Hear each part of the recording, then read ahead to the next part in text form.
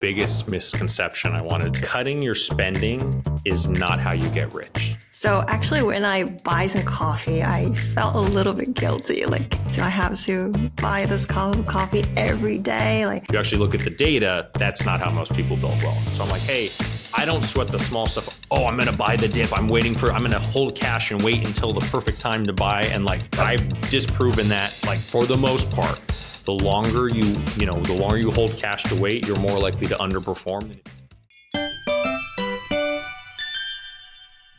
안녕하세요. 전 세계 화제의 책과 저자를 깊이 있게 만나보는 시간 스텔라의 북인사이트, 인더스텔라의 스텔라입니다. 주식 투자를 하면 불안이 사라지지가 않죠. 내가 사자마자 떨어지지 않을까? 지금 파는 게 정말 최적의 타이밍일까? 돈에서 자유로워지려고 하는 건데 투자하면 더 불안해지고 더 스트레스를 받는 경우가 좀 많은 것 같아요. 결국 행복하게 살려고 하는 건데 정말 이래야 하나 이럴 때도 좀 있고 이럴 때 같이 읽어보면 좀 좋을 책이 있어서 제가 오늘은 이 저자랑 이야기를 좀 나눠보려고 합니다. 이 아마존 분야 베스트셀러 1위에다가 이 모건 하우절도 이 책을 추천한다고 해서 사실 관심은 갔는데 제가 이걸 해라 이걸 하지 말아라 이런 책을 좀 별로 안 좋아하거든요. 근데 이 책은 데이터를 쓰더라고요. 그리고 읽어보니까 왜 한국에서도 정말 많은 좀 금융인들, 투자자분들이 이 책을 인생 책으로 꼽는지 알겠더라고요. 이걸 해라 이런 게 아니라 이럴 때 어떤 선택을 해볼 수 있는지 좀 사고방식을 공유해 주는데 같이 읽어볼 만한 책인 것 같아서 제가 한번 가져와 봤습니다. 그럼 지금부터 저스트.킵.바잉의 저자 매기울리랑 이 책에 담긴 인사이트 나눠보겠습니다. Today we invited a very special guest, the author of this book. There's the three words that make you rich, the 저스트.킵.바잉. Our special guest, 매기울리. Hi, Nick. 안녕하세요. Wow, you That's the best I can do. I don't know that much Korean. I just learned a little for this, so that's the best I'm going to do. I saw your profile, but people may not like what you're doing. Can you briefly introduce yourself? Of course. So I'm a data scientist and the chief operating officer at Ritholtz Wealth Management. It is a wealth management firm based in New York City. We have almost $6 billion in assets under management, US dollars. And in addition to that work I do, I'm also a content creator. So I'm a blogger. I've been blogging for almost 9 years now. And I've come out with the book, Just.킵.바잉. There's the Korean edition right there. So yeah, that's my background. I'm a data scientist originally. I really like personal finance and investing. And so I kind of put those two together, the data and the world of finance, and really just try and put together, the best strategies and different ways of thinking about money that I think it's really resonated for a lot of people, which has been great. I look at your blog. And they're very pretty interesting postings. Is there any motivation that drives you keep communicating with the audience? Yeah, for me, the big thing is just coming up with new ideas and reading a lot. I'm consuming a lot of information. And as kind of the world changes over time, my views will change and on different financial topics. I mean, in terms of the mental freedom, that's a perfect example of the evolution of my thinking when I think about buying individual stocks, right? So when I think about buying an Apple or a Tesla or whatever, any individual company, my thinking has changed, right? Originally, I always thought, because people who buy individual stocks generally underperform someone who buys, an index fund, so the big basket of stocks, right? That was my original thinking. That's called the performance argument, right? And then after that, I started thinking, about the existential piece of that. What does that mean, existential? It's just or am I good at being a stock picker? I don't know, right? It's hard to identify talent. That's when there's this crisis of am I good at this, right? You don't know. You're kind of fighting with yourself. That's what that means, right? And so that is the second argument I came up with, right? I was like, okay, well, let's not even look at the performance argument. There's this existential, as I call it, argument, right? Thinking about yourself and your skill. And now the argument I use, which I talk about mental freedom, that idea is I don't have to spend my time thinking about individual stocks. I can focus all of my time and energy on doing things I'm actually good at. And I know I'm good at. I'm much better at writing than I am at picking individual stocks. So I spend most of my time or more of my time writing than I do that type of stuff. So it's just mental clarity, mental freedom, not having to think about those things. That's where I think my evolution's changing, and that's why I'm writing, because as I think differently about these topics, I think people like being exposed to that and getting different takes there. So I see. Maybe like you're looking at the investment as a part of your whole life, right? Oh, yes, exactly. So I'm not just saying, hey, it's not just like, okay, yes, this is going to make me money, but like, how much time am I spending to make this money? Yeah, I can see that. Around 2020, people started stock picking, and then the kind of habit they have was like looking at their charts every day. Like even before going to bed, they just look at the charts. While they're working, they're looking at the charts. Like it's kind of habit. I totally agree with you that we are kind of wasting our time if we do that. So the balance is really important. Like performance is very important, but at the same time, you have to think about the time you spend on doing this. Yeah, Yeah, and some people love it, and that's fine. But I think a lot of people would be better suited not doing that. So Right. So the very unique perspective of this book is that you are a data analyst, and you are also investment advisor, right? What kind of bias and misconceptions you wanted to actually dig into throughout this book? yeah, so there's a lot of different misconceptions. I'll just talk about one on like, we'll call it the personal finance side, and then we can talk about one on the investing side. So on the personal finance side, I think the biggest misconception I wanted to get some clarity on was cutting your spending is not how you get rich. Your spending, like taking your spending and say, oh, I'm going to spend a little bit less next month. That's not how you build wealth. I mean, it helps, don't get me wrong. But if you actually look at the data, that's not how most people build wealth. They build wealth by having a higher income so they don't have to worry about their spending as much. And there's a lot of data in there that I talk about in this book. And then in my next book, I have even more data. I'm going even further to prove that, like beyond a reasonable doubt. I think it's one of the biggest misconceptions because it's like, oh, I think some people will say, oh, the poor are poor because they spend too much money. And don't get me wrong, there are some poor people that spend too much money. And we all know someone in our life, you're like, why are you spending that? You don't have the money to do that. But most poor people are actually not like that. They're great budgeters. They're very on top of their money because they don't have that much of it.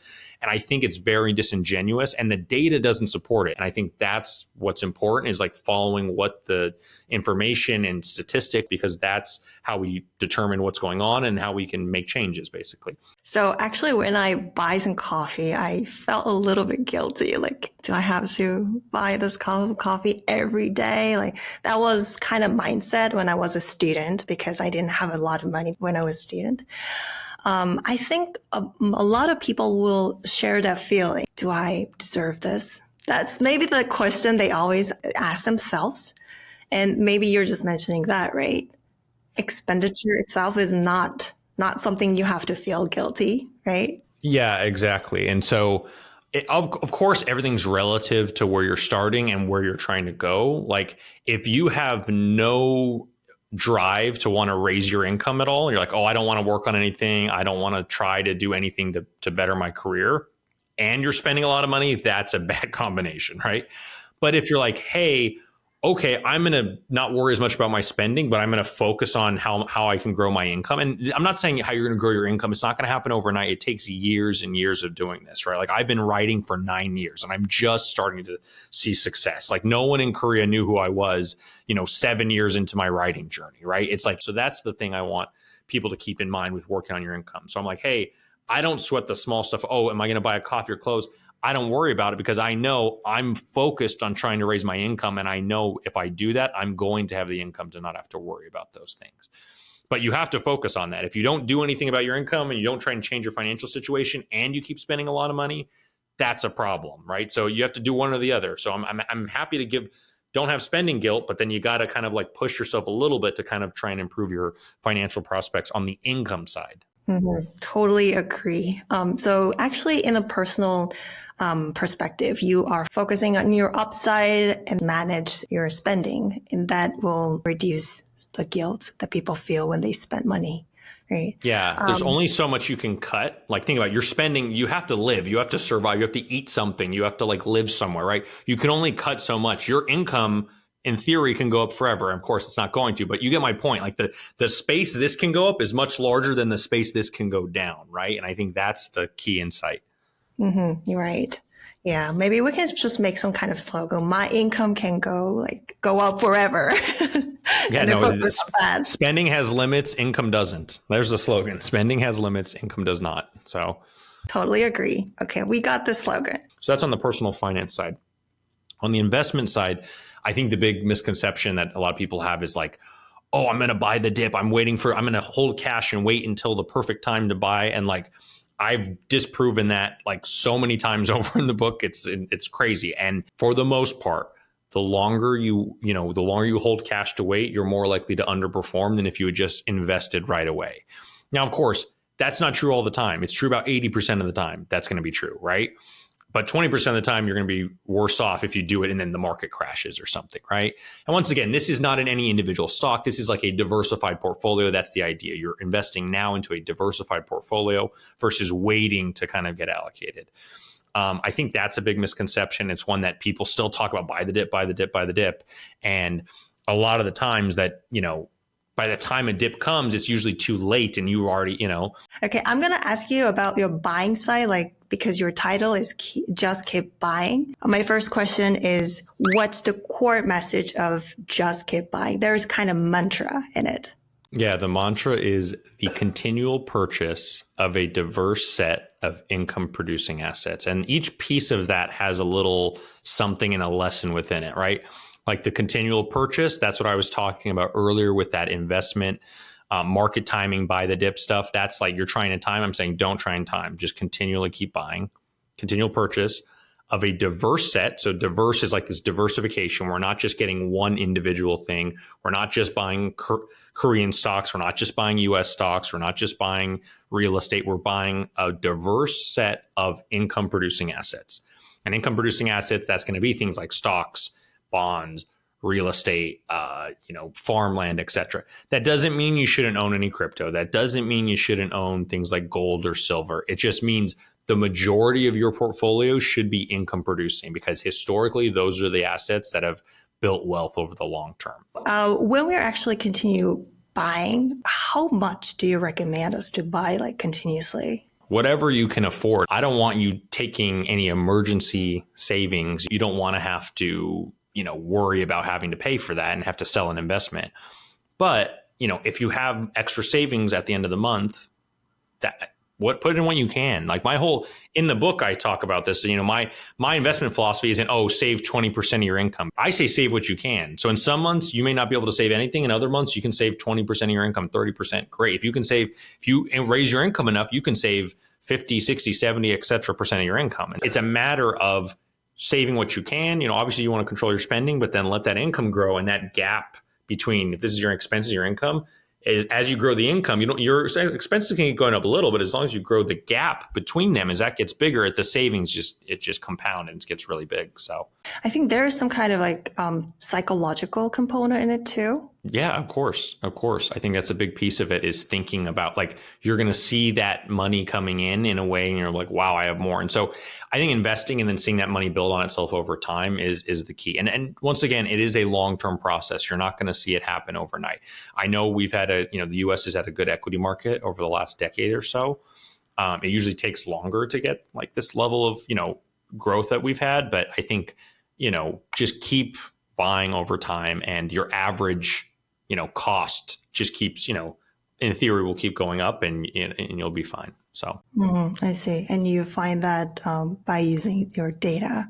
Yeah. That's what the data shows. I even did this in Japan, which obviously, I'm guessing most Korean investors know the Japanese stock market has been very difficult. I mean, recently it's actually done decently well. It hit a new all-time high recently, but for decades it did not do well. However, if you had kept buying over time, and I show this in Just Keep Buying, you would have basically kind of kept pace with inflation. Now, that's not a great result. We want to beat inflation. That's the whole point of buying stocks. But, in the case of Japan, it barely kept pace with inflation over a very long period. It took, 30 something years, but it came back eventually. And so those types of things can happen. Not always, but, those types of things will generally happen if you keep building up. But isn't there an assumption that the economy itself is quite stable? There is some volatility there, but it goes up in general. Yeah, I mean, if you look at the world economy as a whole, that's generally true. Any given local economy or sector, and so a lot of any given sector may not do great, and so understanding that and as sectors evolve is important. And so I think what a lot of when people think about stock markets, like you think about Korea's stock market or Japan's stock market, the US is a diversified stock market. It has every type of sector and it does well in a lot of them. Of course, tech is the biggest sector and tech has been doing very well, which is why US stocks have done very well. However, like you think about a lot of just individual countries, a lot of those countries, their stock market is more or less one sector, right? And it's not just one, but it's like there's one primary sector, right? Like in Korea, it's electronics and it's been electronics for a long time, right? And so if electronics aren't doing as well, right, then the economy is going to suffer and the stocks may even suffer, right? So just understanding like, hey, how can I get money not just in the Korean stock market, but in every stock market I could possibly have access to? That's the goal, is to buy all those stocks and be diversified, right? And so how do we determine that split? I try to do world market cap. So if the US is 50%, I try to make that 50% of my equity. You know, my stock portfolio is US stocks and the other 50% is, you know, developed and emerging stocks. That's how I kind of split it out. So, but yeah, you can do whatever you feel comfortable. Not everyone's gonna be comfortable with 50% international exposure. I'm trying to really be diversified. That's my goal. These days, people may understand that the market will go up eventually, like from a longer perspective. But, you know, the US-China trade war, the geopolitical like ups and downs, this volatility actually kind of scare people. Do you have any kind of advice for the people who feel a bit of scare? Yeah, I mean, it's very normal to feel scared because the future's uncertain. March 2020, COVID was one of the scariest times. We literally had ports stopping, like the world trade was shut down. I as much as like, yes, tariffs are bad and there's uncertainty, like some deals won't be made, some you know, industries are going to move around, like that's going to happen. But like, you know, the world was literally shut down by a virus and we got through that. I'm not telling people, oh, this doesn't matter. Of course it matters and it will impact things and it'll impact different industries in different ways. At the same time, like have some perspective on like how bad it was and we got through that. A trade war, you know, as bad as it is, it's not as bad as what COVID was, right? And so there's going to be uncertainty. You know, one world leader is going to say this, another world leader is going to say that. It's going to cause strife, whatever.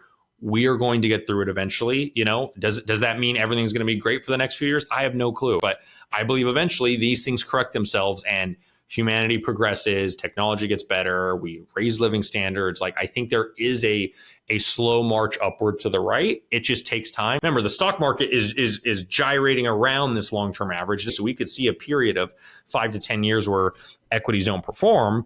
But if you keep buying, keep acquiring assets, focus on your personal income and what you can do there, I think that's how you end up beating that type of darker period, let's say, or difficult period. Let's say, can I just summarize your message as like, have a little belief on the market is resilient?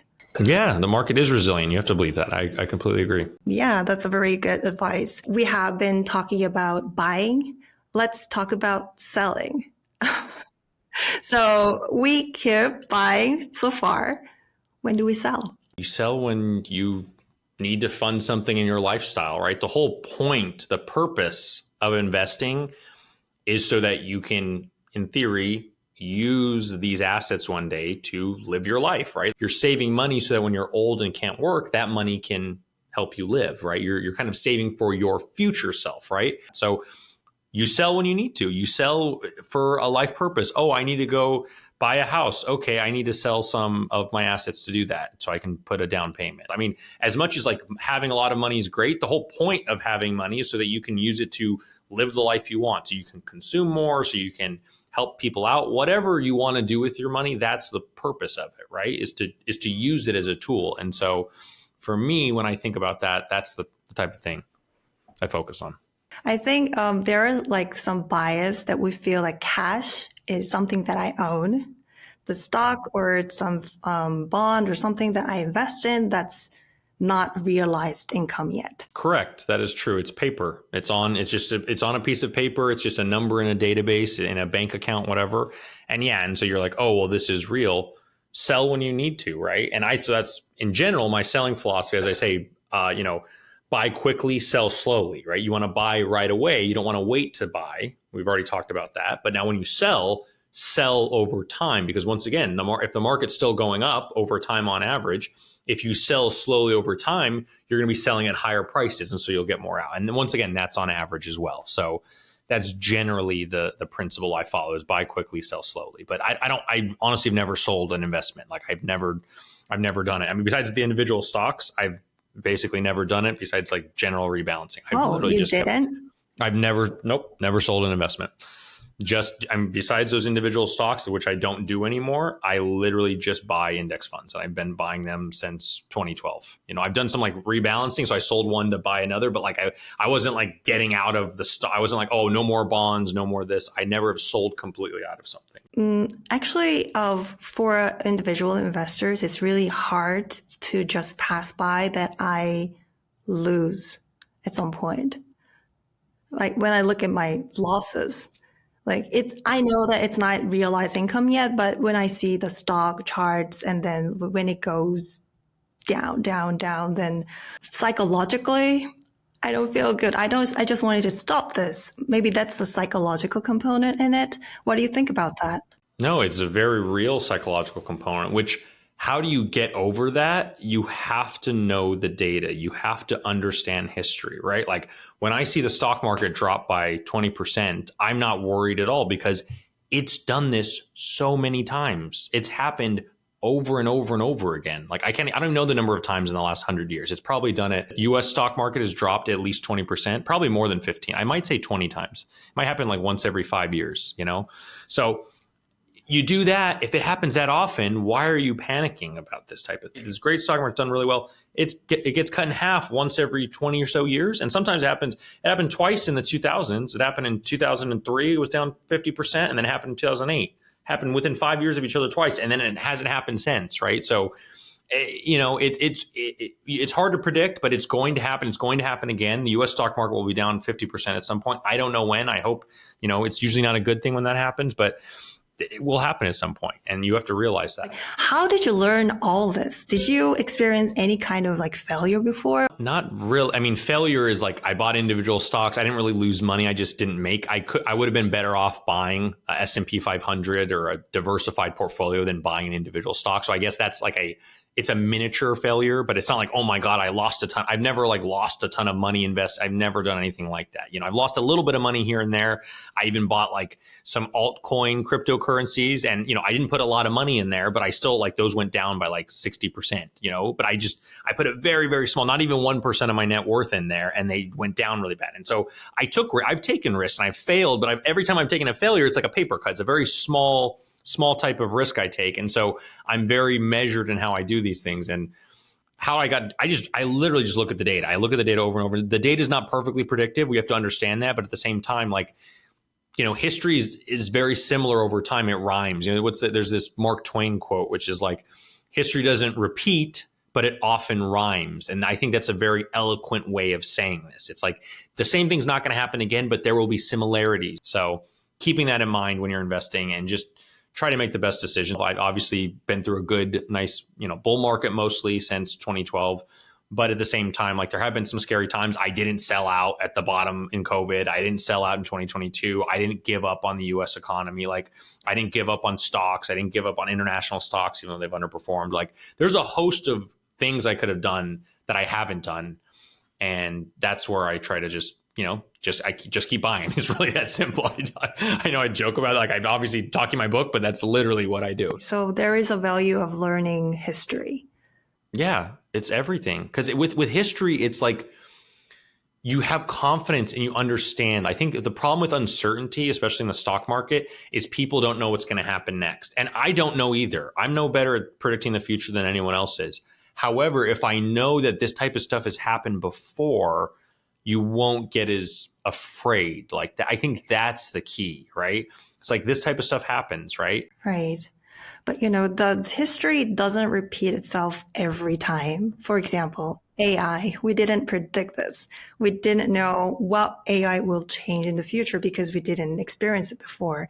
What do you think about that? I mean, that's fine. I mean, these new technologies come about all the time. When, the typewriter came around, people said, oh, all the people taking manual notes, what are they going to do? Right. When the automobile, the car was invented, they said, oh, what about all the people that have all the horses? Like all these people are going to go out of business. Right. It's like, No, they find other things to do. We will find other things. We will use AI systems to come up with other jobs. And the problem is, the tough part is there's a transition. It takes time to move from one to another, right? AI is going to take a lot of jobs, but at the same time, it's going to create a lot of jobs that we don't know about yet. And it's going to take time for that to happen too. It's not going to happen overnight, even though AI is out there. There's still a lot of stuff that people can do. There's a lot of value to be added, and we're going to use it to create new things and new experiences. And so I'm generally bullish on this stuff. And you're going to stick to your own principle. Yeah, just keep on. Yeah, of course. I wanted to talk about your blog too, because there are also very, very interesting posts as well.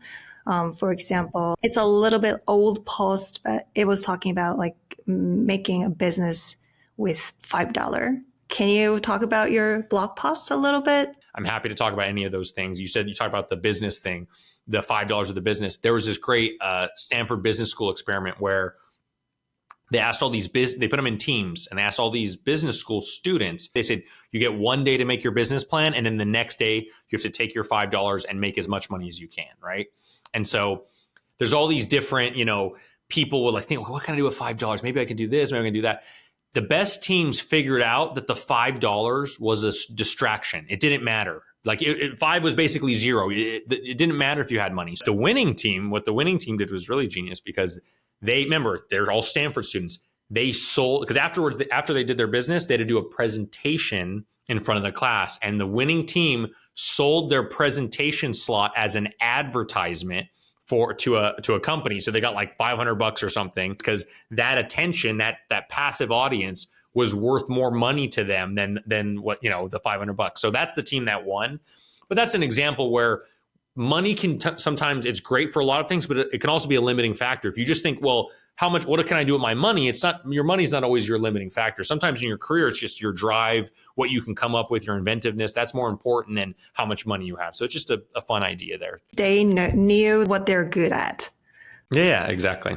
Very impressive. Wow. Maybe I just wanted to share this message to our audience that if we focus on our upside, then we can really get the upside. Yeah, of course. Yeah, that's completely true. And so it takes a long time to get there, but if you start building on it, and over time the upside can come. And I've seen it, like, once again, like I don't know any Korean, like I have a book published in Korea. Like that's a very specific example, but there's a lot of ways where this can come about. There's a lot of different ways you can do this type of stuff over time. Mm-hmm. Does that connect to your message that we begin with growth stocks and end with value stocks? So this idea, we begin our life as a growth stock, right? And we end our life as a value stock. A growth stock that, when we're very young, we have dreams and aspirations about our future. We have goals and all these things. That's very much like a growth stock. A growth stock, it's like everyone loves the stock's going up, people are buying it, it's growing very fast.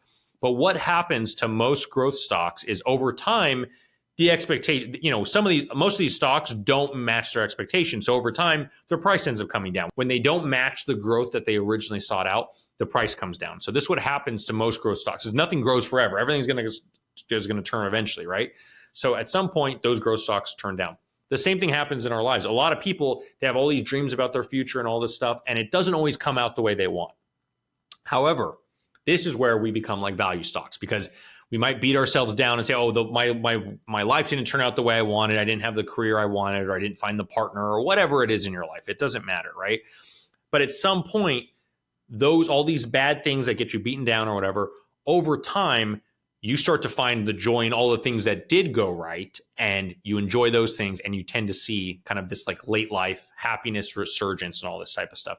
And that's where it's like a value stock. Value stocks are beaten down. No one wants them. No one wants to own them, but they tend to surprise on the upside, which is why over history, most of history, value stocks have outperformed growth stocks. So it's just a fun example, a fun idea, but it's related to this concept, both in your life and in your portfolio. Right. Yeah, that reminds me of some charts about your happiness, how people feel happy.